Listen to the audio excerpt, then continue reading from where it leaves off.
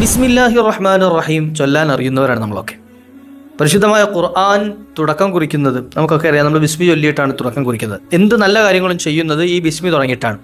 എന്നാൽ ബിസ്മില്ലാഹിർ റഹ്മാനിർ റഹീം എന്നതുകൊണ്ട് നമുക്ക് വരുന്ന ഇടങ്ങേറുകളെ തടയാൻ പറ്റുമെന്നും നമുക്ക് വരുന്ന ഇടങ്ങേറ് ചെയ്യുന്ന ശത്രുക്കളിൽ നിന്നും കാവൽ കിട്ടുമെന്നും ആ ശത്രുക്കളുടെ ശത്രുത ഇല്ലാതെയാക്കി ശത്രുക്കളിൽ നിന്ന് രക്ഷ കിട്ടാൻ, ഇടങ്ങേറുകളിൽ നിന്ന് രക്ഷ കിട്ടാനൊക്കെ കാരണമാകുമെന്നും മഹാന്മാർ പഠിപ്പിച്ചു തരുന്ന അത്ഭുതപ്പെടുത്തുന്ന ഒരു വഴിയുണ്ട്. ഇന്നത്തെ വീഡിയോയിൽ നമുക്കൊന്ന് കേട്ടു നോക്കാം. എങ്ങനെയാണ് ബിസ്മില്ലാഹിർ റഹ്മാനിർ റഹീം കൊണ്ട് നമ്മളുടെ കാര്യങ്ങൾ നേടിയെടുക്കുകയും നമുക്ക് വരുന്ന ഇടങ്ങേറുകൾ, ശത്രുക്കളുടെ ഇടങ്ങേറുകൾ, ബുദ്ധിമുട്ടുകൾ അതിൽ നിന്നൊക്കെ രക്ഷ കിട്ടുകയും ചെയ്യുന്നത് എന്ന് നമുക്കൊന്ന് പഠിച്ചു വെക്കാം.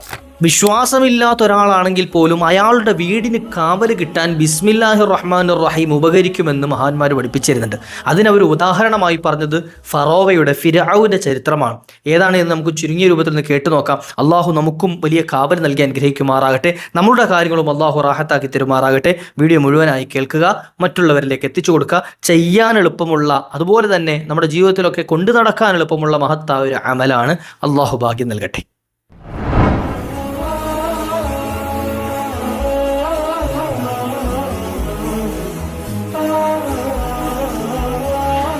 السلام عليكم ورحمة الله وبركاته. بسم الله والحمد لله.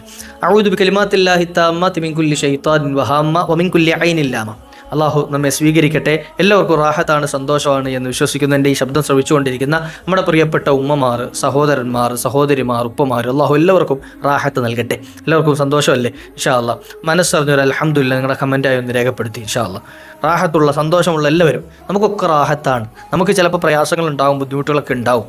എന്നിരുന്നാലും അള്ളാഹു നമുക്ക് അവൻ്റെ ഉമ്മത്തിൽപ്പെടാൻ, മുത്തുനബി തങ്ങളുടെ ഉമ്മത്തിൽപ്പെടാനുള്ള അവസരം തന്നില്ലേ? നമ്മയൊക്കെ മുഅ്മിനാക്കിയില്ലേ? ഇതൊക്കെ വലിയ നിഅമത്ത് തന്നെയല്ലേ? നമുക്കിപ്പോൾ ചിലപ്പോൾ ചില പ്രയാസങ്ങളും ബുദ്ധിമുട്ടുകളും പ്രശ്നങ്ങളും ഒക്കെ നമ്മൾ അനുഭവിക്കുന്നുണ്ടാകും, ഇല്ല എന്നല്ല. അങ്ങനെ പ്രശ്നങ്ങളില്ലാത്തവരൊക്കെ കുറവാണ്. ഒരു 99% ആളുകളും പ്രശ്നങ്ങളുടെ നടുവിലൂടെയാണ് കഴിഞ്ഞു പോകുന്നത്. ദുനിയാവ് അങ്ങനെയാണല്ലോ. ഈ സുഖ ദുഃഖ സമ്മിശ്രമായ ജീവിതമാണ് ദുനിയാവിലുണ്ടാവുള്ളൂ. സുഖങ്ങളുണ്ടാവും, ദുഃഖങ്ങളുണ്ടാവും. ഒരാൾ സദാ സുഖത്തിലാണ് എങ്കിൽ ദുനിയാവ് എന്നല്ല, അതിന് സ്വർഗം എന്നാണ് പറയാം. അങ്ങനെ ഇത് സ്വർഗ്ഗമല്ലല്ലോ, ദുനിയാവല്ലേ. അപ്പോൾ ഇവിടെ എന്തുണ്ടാവും? സുഖങ്ങളുണ്ടാവും, ദുഃഖങ്ങളുണ്ടാവും. ഇനി സദാ ഇടങ്ങേറേ ഉള്ളൂ, ബുദ്ധിമുട്ട് പ്രയാസമുള്ളൂ, അതിന് ദുനിയാവെന്നല്ല, അതിന് നരകമെന്നാണ് പറയാം, അല്ലേ?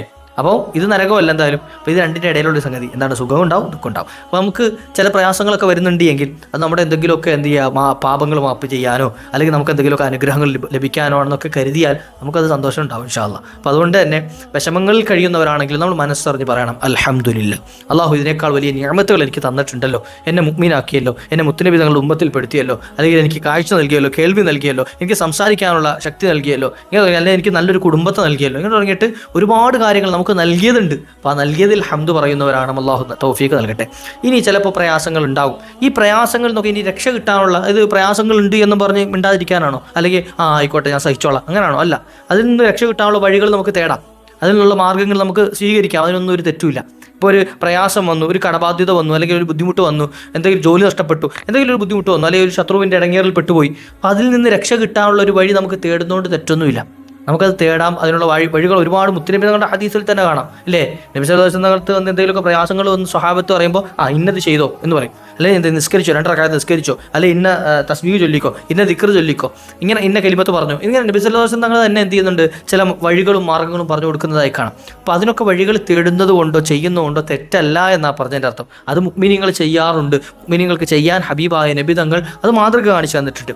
അപ്പോൾ നമ്മൾ ചെയ്യണം, എന്ത് ചെയ്യണം? റബ്ബിനോട് ചോദിക്കണം നമ്മുടെ കാര്യങ്ങളൊക്കെ റാഹത്തായി കിട്ടാനൊക്കെ. അതിനുള്ള പരിഹാരങ്ങൾ തേടിയിട്ട് അള്ളാഹുവിനോട് ആത്മാർത്ഥമായ ദുആ ഇറക്കണം. ഒരുപാട് ആളുകൾ പല വിഷമങ്ങളും പറഞ്ഞ് നമ്മുടെ ഒരുപാട് വിഷയങ്ങൾ പറഞ്ഞ് പരിഹാരം തേടിയവരുണ്ട്. പല ആളുകൾക്ക് നമ്മൾ ചെയ്തു കൊടുത്തത് അള്ളാഹുവേ നീ അതിനൊക്കെ പെട്ടെന്ന് തന്നെ ഫലം നൽകണേ അള്ളാഹ്. ഒരുപാട് ആളുകൾ ഫലം കിട്ടിയവർ വിളിച്ചിട്ട് സന്തോഷം അറിയിക്കുന്നവരുണ്ട്. ഈ അടുത്തൊരു ഉമ്മ വിളിച്ചിട്ട് വലിയ സന്തോഷം അറിയിച്ചു.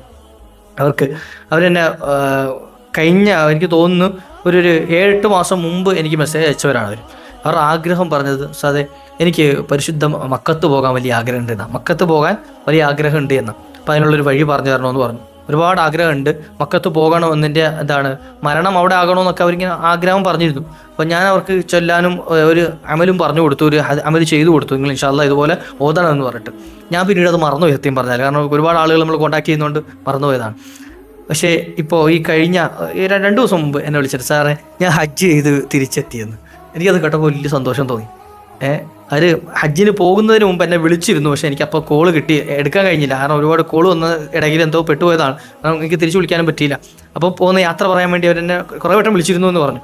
പക്ഷേ തിരിച്ചു വന്നപ്പോൾ ഞാൻ സ്വാഭാവികമായിട്ട് കഴിഞ്ഞ 2 ദിവസം മുമ്പ് വണ്ടിയിൽ ഇങ്ങോട്ട് വരുന്ന സമയത്ത് എന്ത് ചെയ്യുക വിളിച്ചപ്പോൾ എൻ്റെ അടുത്ത് പറഞ്ഞാണ്, ഉസ്താദേ ഞാൻ ഹജ്ജ് കഴിഞ്ഞ് തിരിച്ചെത്തിയിട്ടുണ്ട്, നാട്ടിലെത്തിയിട്ടുണ്ട്, ഞാൻ പോകുന്ന സമയത്ത് നിങ്ങൾ വിളിച്ചിരുന്നു, നിങ്ങൾക്ക് വേണ്ടി ദുആ ആയിരുന്നു എന്നൊക്കെ പറഞ്ഞു. നമുക്ക് വലിയ സന്തോഷം അത് കേട്ടപ്പോൾ. നമ്മളൊരു പ്രതീക്ഷയില്ലാതെ അല്ലെങ്കിൽ നമ്മളൊരു അമൽ പറഞ്ഞു കൊടുത്തവരൊക്കെ അവരുടെ ഖൽബിൻ്റെ ആത്മാർത്ഥതയാണ്. അവർ അത്രയും ആഗ്രഹിച്ചു ചോദിച്ചു, അവരെന്ത് ചെയ്തു, അത് കൃത്യമായിട്ട് ചെയ്തു. അൽഹംദുലില്ലാ അവർ അല്ലാഹുവോട് എത്തിച്ചു. ഇങ്ങനെ എത്രയോ ആളുകളുണ്ട് നമ്മുടെ ചുറ്റുഭാഗത്തില്ലേ, എത്രയോ ആളുകളുണ്ട് അവരുടെ ഖൽബിൽ ഒരുപാട് മുറാദുകളൊക്കെ വെച്ചിട്ട് എന്ത് ചെയ്യുക, അവരുടെ ആഗ്രഹങ്ങൾ സഫലീകരിക്കാൻ കഴിയാതെ ഇങ്ങനെ എന്ത് കഷ്ടപ്പെട്ടുകൊണ്ടിരിക്കുന്ന ആളുകൾ, എങ്ങനെയെങ്കിലുമൊക്കെ ഇതിനൊരു പരിഹാരം കിട്ടുമോ എന്ന് ആഗ്രഹിക്കുന്ന ആളുകൾ, അള്ളാഹു എല്ലാവർക്കും റാഹത്തും സന്തോഷവും നൽകട്ടെ ഇൻഷാ അല്ലാഹ്. അപ്പോൾ ശത്രുക്കളുടെ ഇടങ്ങേറിൽപ്പെട്ടു പോയ കുറേ ആളുകളുണ്ട്. ഓരോ കാര്യങ്ങൾ ചെയ്യാൻ തോന്നും, തടസ്സം വരിക. നമ്മളൊരു കാര്യം ചെയ്യാൻ പോകുമ്പോൾ അതിന് തടസ്സം വരിക അല്ലേ, ആരെങ്കിലുമൊക്കെ മുടക്കുക, കല്യാണം മുടക്കികളായ ആളുകൾ, ജോലി മുടക്കുന്ന ആളുകൾ, ഇത്തരത്തിൽ നമ്മുടെ നല്ല കാര്യങ്ങളൊക്കെ മുടക്കുന്ന ആളുകൾ. പക്ഷേ അത് ബേജാറാകണ്ട. നമുക്ക് വരുന്ന തടസ്സങ്ങളൊക്കെ നീക്കി കിട്ടാനൊരു വഴി ഞാൻ പറഞ്ഞുതരാം. നമ്മളൊക്കെ ബിസ്മില്ലാഹിർ റഹ്മാനിർ റഹീം എന്ന് പറയാൻ അറിയുന്നവരാണല്ലോ. ഒന്ന് പറഞ്ഞ് ബിസ്മില്ലാഹിർ റഹ്മാനിർ റഹീം, ബിസ്മില്ലാഹി അർ റഹ്മാനിർ റഹീം. ആരെങ്കിലും ഒരു അക്രമകാരിയിൽ നിന്നും രക്ഷ കിട്ടണമെന്ന്, അല്ലെങ്കിൽ നമ്മൾ ഉപദ്രവിക്കുന്ന ഇടങ്ങേറാക്കുന്ന ഒരാൾ, ആരെ അങ്ങോട്ട് ആക്രമിക്കാനല്ല ഈ പറയുന്ന, മറിച്ച് നമ്മൾ ഇങ്ങോട്ട് ഉപദ്രവം ഉണ്ടാക്കുന്ന ആളുണ്ടാവുമല്ലോ. എന്ത് ചെയ്താലും ചിലപ്പോൾ അയൽവാസികളിൽ നിന്നായിരിക്കും, അല്ലെങ്കിൽ കുടുംബാദികളിൽ നിന്നായിരിക്കും, അല്ലെങ്കിൽ നമ്മളൊക്കെ അറിയുന്ന സമൂഹത്തിൽ നിന്ന് ആരിൽ നിന്നൊക്കെ എന്ത് ചെയ്യും, ഇങ്ങനെ ഇടയ്ക്ക് നമ്മളിങ്ങനെ ഉപദ്രവിച്ചുകൊണ്ടിരിക്കുക. നമ്മളൊന്നിനും പോയില്ല എങ്കിലും ഇങ്ങോട്ട് ചില ആളുകൾ അങ്ങനെ ഉണ്ട്, കൃമികളായ ആളുകൾ. കൃമി അങ്ങനെയാണല്ലോ, നമ്മൾ കൃമിയെ അങ്ങോട്ടൊന്നും ചെയ്തില്ലെങ്കിലും നമ്മൾ ഇടങ്ങേറാക്കും. അത്തരത്തിലുള്ള ചില ആളുകൾ ലാലിമ, അക്രമി, അവരങ്ങനെയാണ് പറയാം. അവരിൽ നിന്ന് രക്ഷ കിട്ടണമെന്ന് ആഗ്രഹിക്കുന്നുണ്ടെങ്കിൽ, നമ്മളെ ചതിക്കാൻ ശ്രമിക്കുന്ന ആൾ, നമ്മളെ ചതിച്ച ആളുകൾ, അവരിൽ നിന്നൊക്കെ ഒരു മോചനം കിട്ടണമെന്ന് ആഗ്രഹിക്കുന്നുണ്ടെങ്കിൽ, നമ്മളെ ചതിക്കാൻ ശ്രമിക്കുന്ന ആളുകളിൽ നിന്ന് മോചനം കിട്ടും. ഇപ്പോൾ ഒരുപാട് തട്ടിപ്പുകളുടെ കാലഘട്ടമാണ് അല്ലേ, സാമ്പത്തികമായ തട്ടിപ്പുകൾ, ചൂഷണങ്ങൾ, ഇങ്ങനെ എന്ത് ചെയ്യുക, അതിൽ നിന്നൊക്കെ രക്ഷ കിട്ടണമെന്ന് ആഗ്രഹിക്കുന്നുണ്ട്. റബ്ബേ അതിലൊന്നും പെടുത്തിക്കളയല്ലേ ഞങ്ങളെ എന്ന് അത്രയും ആത്മാർത്ഥമായ ഖൽബിൽ ആഗ്രഹം ഉണ്ടെങ്കിൽ അവർക്ക് പറ്റിയ ഏറ്റവും നല്ലൊരു അമൽ ഞാൻ പറഞ്ഞുതരാം. ബിസ്മില്ലാഹിർ റഹ്മാനിർ റഹീം അവർ പറയണം. തഖറഉ, നീ പറയണം ഇത് ബിസ്മില്ലാഹിർ റഹ്മാനിർ റഹീം അൽഫ മറത്തിൻ, 1000 തവണ ബിസ്മില്ലാഹിർ റഹ്മാനിർ റഹീം പറയാം, 1000 തവണ പറയാം. അതിനുശേഷം വൽഹംദുലില്ലാഹി അൽഫ മറ, അൽഹംദുലില്ലാ എന്നത് 1000 തവണ പറയാം. ഇതൊക്കെ നമുക്ക് അറിയുന്നതാണ്. അൽഹംദുലില്ലാ 1000 തവണ പറയാം. അതിനുശേഷം ലാ ഇലാഹ ഇല്ലല്ലാഹു മുഹമ്മദുർ റസൂലുള്ളാഹ് അൽഫ മറ, ഈ ലാ ഇലാഹ ഇല്ലല്ലാഹു മുഹമ്മദുർ റസൂലുള്ളാഹ് എന്നത് 1000 തവണ പറയാം. ഇതൊക്കെ നമുക്ക് അറിയുന്ന ദിക്റുകളാണ്. അതിനുശേഷം അല്ലാഹുമ്മ സ്വല്ലി അലാ മുഹമ്മദിൻ വ ആലി മുഹമ്മദ്, എന്താ പറയേണ്ട, അല്ലാഹുമ്മ സ്വല്ലി അലാ മുഹമ്മദിൻ വ ആലി മുഹമ്മദ് എന്ന സ്വലാത്തും കൂടെ അൽഫ മറത്തിൻ എത്ര തവണ പറയണം, 1000 തവണ പറയണം. ഈ 4 സംഗതി നമുക്ക് അറിയുന്നല്ലേ, ബിസ്മില്ലാഹിർ റഹ്മാനിർ റഹീം, അൽഹംദുലില്ലാ, അതുപോലെ ലാ ഇലാഹ ഇല്ലല്ലാഹു മുഹമ്മദുർ റസൂലുള്ളാഹ്, അതുപോലെ അല്ലാഹുമ്മ സ്വല്ലി അലാ മുഹമ്മദിൻ വ ആലി മുഹമ്മദ്, നബിതങ്ങളുടെ പേരും നബിതങ്ങളുടെ ആലിൻ്റെ പേരും അൽഫ മറത്തിന് എത്ര തവണ വീതം, 1000 തവണ വീതം ചൊല്ലിയതിനു ശേഷം ഈ ലാലിബ്, നമ്മളെ ഉപദ്രവിക്കുന്ന ആളാരാണോ, അല്ലെങ്കിൽ നമ്മൾ ആക്രമിക്കുന്ന ആളാരാണോ, നമ്മളെ ചതിക്കാൻ ശ്രമിക്കുന്ന ആളാരാണോ, അവരെ മനസ്സിൽ കരുതിയിട്ട് പറയുന്നത്, അള്ളാഹുവെ അവരുടെ ഉപദ്രവത്തിൽ നിന്ന് ഞങ്ങളെ നീ കാത്തു രക്ഷിക്കണേ അല്ലാഹ്. മലയാളത്തിൽ എന്ത് ചെയ്തു ആയിരുന്നാൽ മതി, നമ്മുടെ കാര്യം എന്ത് ചെയ്യുക, ആ അക്രമിയിൽ നിന്നും ഞങ്ങളെ നീ കാത്തു രക്ഷിക്കണേ അല്ലാഹ്. ആ അക്രമിയെ കൊന്നുകളയണേ, നശിപ്പിച്ചു കളയണേ, അങ്ങനെയൊന്നും പറയണ്ട. മറിച്ച് എന്ത് ചെയ്യുക, അയാളുടെ അക്രമത്തിൽ നിന്നും ഉപദ്രവത്തിൽ നിന്നും ഞങ്ങളെ നീ എന്ത് ചെയ്യണം, കാത്തു രക്ഷിക്കണേ അല്ലാഹ്.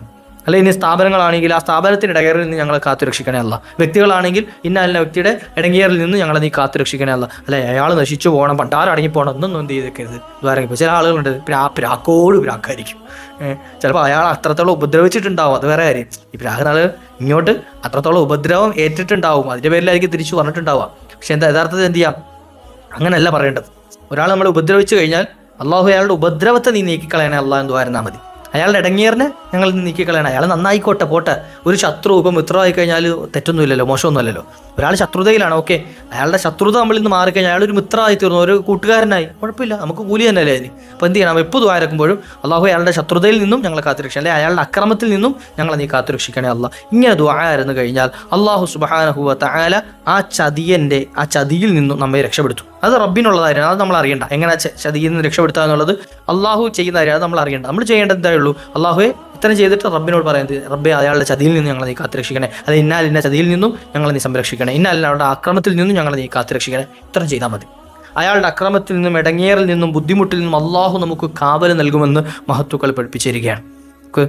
അള്ളാഹു തൗഫീഖ്. ഇത് ചെയ്യാൻ പറ്റിയ വളരെ എളുപ്പമുള്ളൊരു അമലാണ് അല്ലേ. നമുക്ക് വരുന്ന തടസ്സങ്ങളെയൊക്കെ നീക്കാൻ പറ്റിയ ഏറ്റവും നല്ലൊരു അമലാണ്. ഇനി ഞാൻ പറഞ്ഞുതരാം, വേറൊരു അമൽ പറഞ്ഞുതരാം. ശത്രുക്കളിൽ നിന്നും അല്ലെങ്കിൽ നശിച്ചു പോകുന്നതിൽ നിന്നും ഇടങ്ങേറാകുന്നതിൽ നിന്നും അപകടങ്ങൾ വരുന്നതിൽ നിന്നും ഒക്കെ കാവൽ കിട്ടാനുള്ള മറ്റൊരു പരിഹാര മാർഗം പറയാം. മൻ ഖത്തബ ബിസ്മില്ലാഹിർ റഹ്മാനിർ റഹീം ഇൻദ ബാബി ദാരിഹി, ആരെങ്കിലും ഒരാൾ ബിസ്മില്ലാഹിർ റഹ്മാനിർ റഹീം എന്ന പദം അയാളുടെ വീടിൻ്റെ വാതിലിൻ്റെ മുകളിൽ എഴുതി വെച്ചു. വാതിലിൻ്റെ മുകൾ ഭാഗത്ത് എന്ത് ചെയ്തു, ബിസ്മില്ലാഹിർ റഹ്മാനിർ റഹീം എന്ന് എഴുതി വെച്ചു.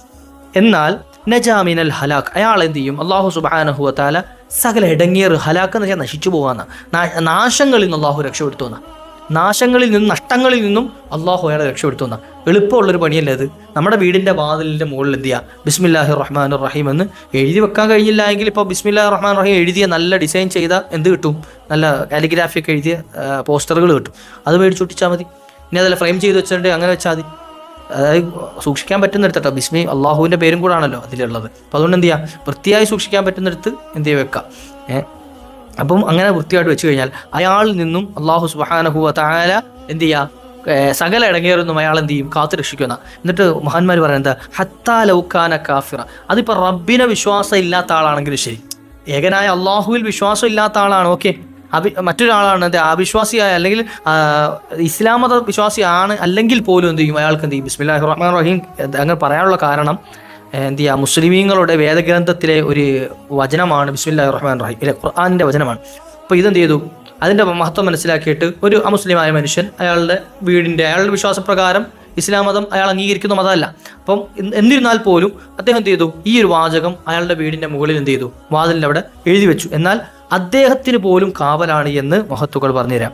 എന്നിട്ട് അവർ മഹാന്മാർ ഒരു ഉദ്ധരണി പറയുന്നുണ്ട്, അതിന് കാരണം പറയുന്നത് വനഖല അന്ന ഫിർഔന റളിമ ഇദ്ദിഅഹു അർറുബൂബിയ്യ ലാകിൻ അല്ലാഹ അംഹിലുഹു ഇൻദമാ ദഅ മൂസാ ലിഹലാകിഹി വഔഹാ ലിമൂസാ ഇന്നക തറാ കുഫ്റഹു വറആ മാ കതബ ഇൻദ ബാബി ദാരിഹി. അവിടെ ഇങ്ങനെ വിശദീകരിക്കുന്നുണ്ട്, മഹാനായ മൂസാ നബി അലൈഹി സ്വലാത്തു വസ്സലാമിനെ എതിർക്കുകയും സ്വന്തമായി റബ്ബാണ് എന്ന് വാദിക്കുകയും ചെയ്ത ആളാണ് സാക്ഷാൽ ഫിർഔൻ, റാംസിസ് രണ്ടാമൻ. ആര്?